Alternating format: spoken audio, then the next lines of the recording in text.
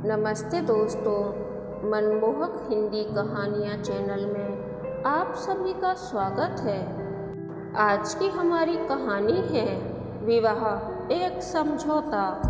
आपको हमारी कहानी पसंद आती है तो वीडियो को लाइक और चैनल को सब्सक्राइब जरूर कीजिएगा। विशाल को स्कूटर से अंतिम बार जाते हुए देखने के लिए मधु बालकनी में जाकर खड़ी हो गई। विशाल के आंखों से ओझल होते ही उसे लगा जैसे सिर से बोझ उतर गया हो।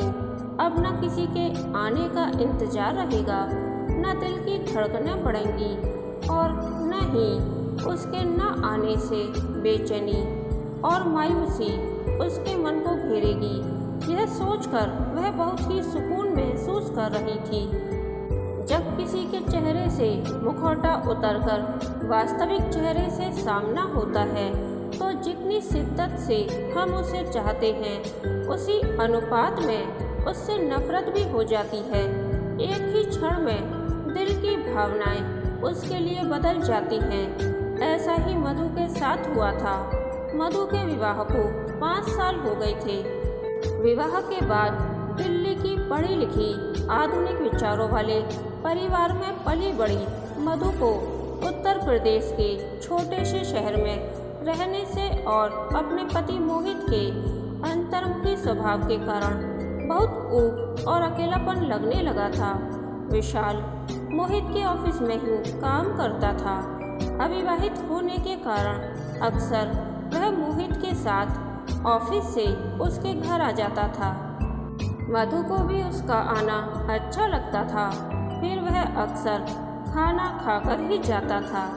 खाते खाते वह खाने की बहुत तारीफ करता, जबकि अपने पति के मुंह से ऐसे बोल सुनने को मधु तरस जाती थी। उसके आते ही घर में रौनक सी हो जाती थी। मधु उससे किताबों, कहानियों, फिल्मों, सामाजिक गतिविधियों पर बात करके बहुत संतुष्टि अनुभव करती थी। धीरे धीरे वह उसकी ओर खींचती चली गई। जिस दिन वह नहीं आता तो उसे कुछ कमी सी लगती, मन उदास हो जाता। धीरे धीरे मधु को एहसास होने लगा कि इस तरह उसका विशाल की ओर आकर्षित होना मोहित के प्रति अन्याय होगा। यह सोचकर वह मन से बेचैन रहने लगी। उसे लगने लगा कि जैसे वह कोई अपराध कर रही है। विवाहोपरांत किसी भी पर पुरुष से एक सीमा तक ही अपनी चाहत रखना उचित है। उसके बाद तो वह शादीशुदा जिंदगी के लिए बर्बादी का द्वार खोल देती है। सब कुछ समझते हुए भी पता नहीं क्यों वह अपने आप को उससे मिले बिना रोक नहीं पाती थी। जादू सा कर दिया था जैसे उसने उसके ऊपर। अब तो यह हालत थी कि जिस दिन वह नहीं आता था तो वह अपने पति से उसके न आने का कारण पूछने लगी थी। एक साथ काम करते हुए मोहित को आभास होने लगा था कि विशाल कुछ रहस्यमय है। ऑफिस में 1-2 और लोगों से भी उसने पारिवारिक संबंध बना रखे थे, जिनके घर भी अक्सर वह जाया करता था। धीरे धीरे मोहित को भी मधु का विशाल के प्रति पागलपन अखरने लगा था। उसने मधु को कई बार समझाया कि उसका विशाल के प्रति इतना आकर्षण ठीक नहीं है। वह अकेला है, पता नहीं क्यों विवाह नहीं करता। उसे तो अपना समय काटना है। लेकिन उसकी समझ में नहीं आया और दिन प्रतिदिन उसका आकर्षण बढ़ता ही गया। उसकी प्रशंसा भरी बातों में वह उलझती ही जा रही थी। एक तरफ अपराध भावना तो दूसरी ओर उसे न छोड़ने की विवशता। दोनों ने उसे मानसिक रोगी बना दिया था। मोहित जानता था कि मधु उसके लिए समर्पित है। विशाल ने ही अपनी बातों के जाल से उसे सम्मोहित कर रखा है और उस दिन को कोसता रहता था जब वह पहली बार उसे अपने घर लाया था। हर तरह से समझाकर वह थक गया। धीरे धीरे मधु को विशाल से रिश्ता रखना तनाव अधिक, खुशी कम देने लगा था। जिस रिश्ते का भविष्य सुरक्षित न हो उसका यह परिणाम होना स्वाभाविक है, लेकिन वह उससे रिश्ता तोड़ने में अपने को असमर्थ पाती थी।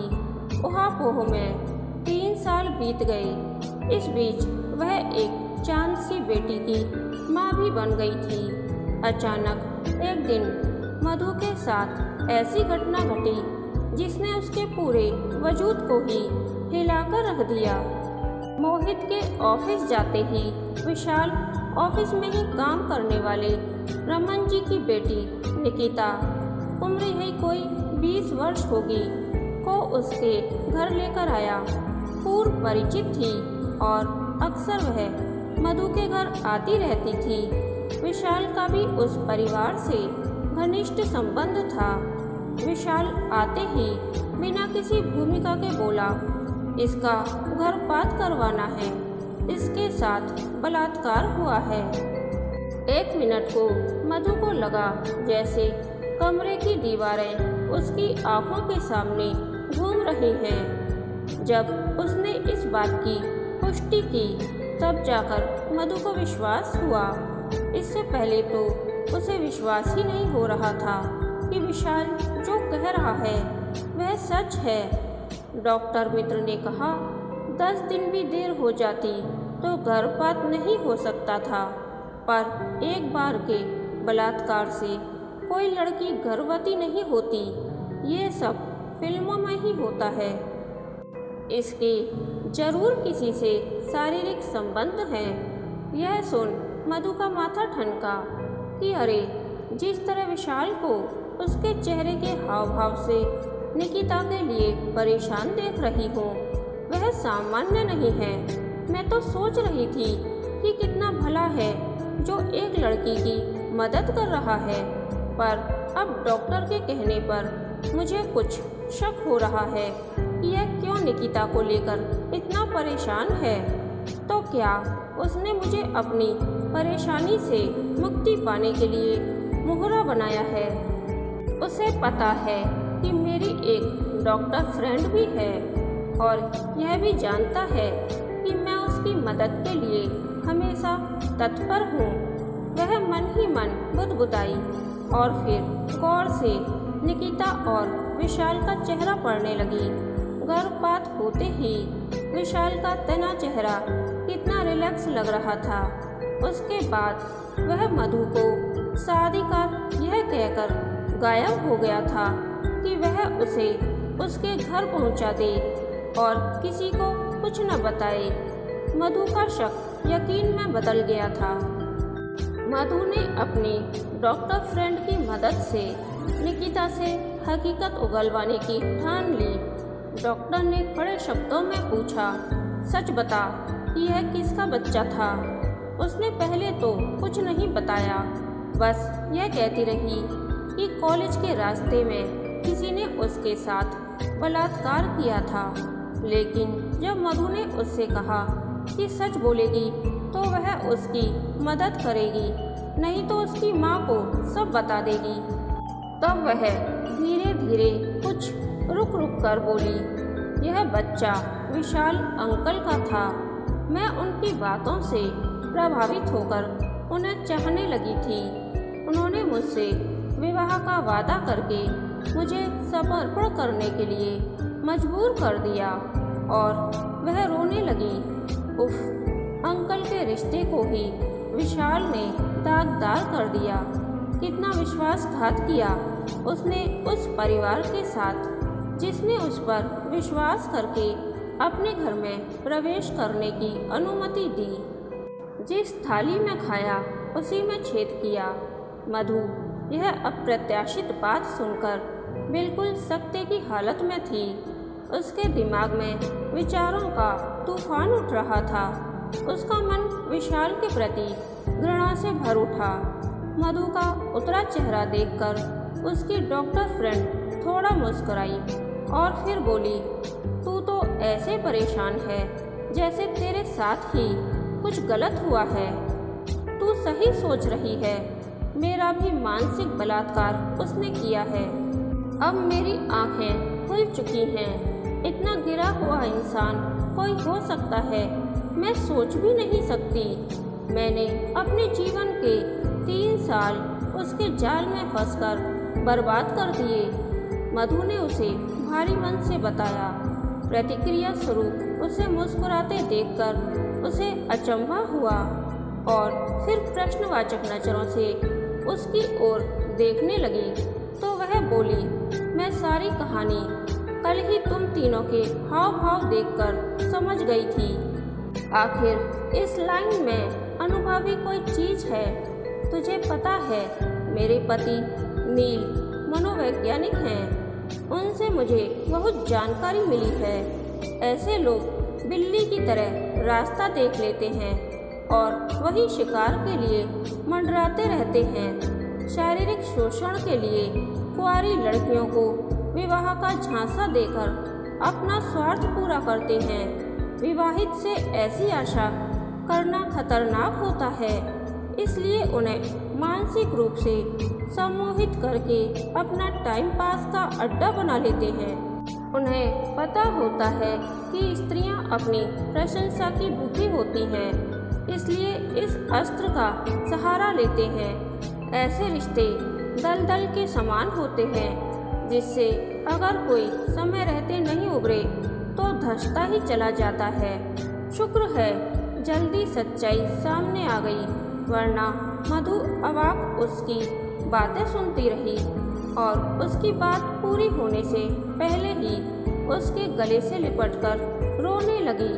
मधु ने थोड़ा संयत होकर अपनी आवाज़ को नम्र करके निकिता से पूछा, जब इतना कुछ हो गया है तो तुम्हारा विवाह उससे करवा देते हैं। तुम्हारी माँ से बात करती हूँ। नहीं, मैं उनसे नफरत करती हूँ।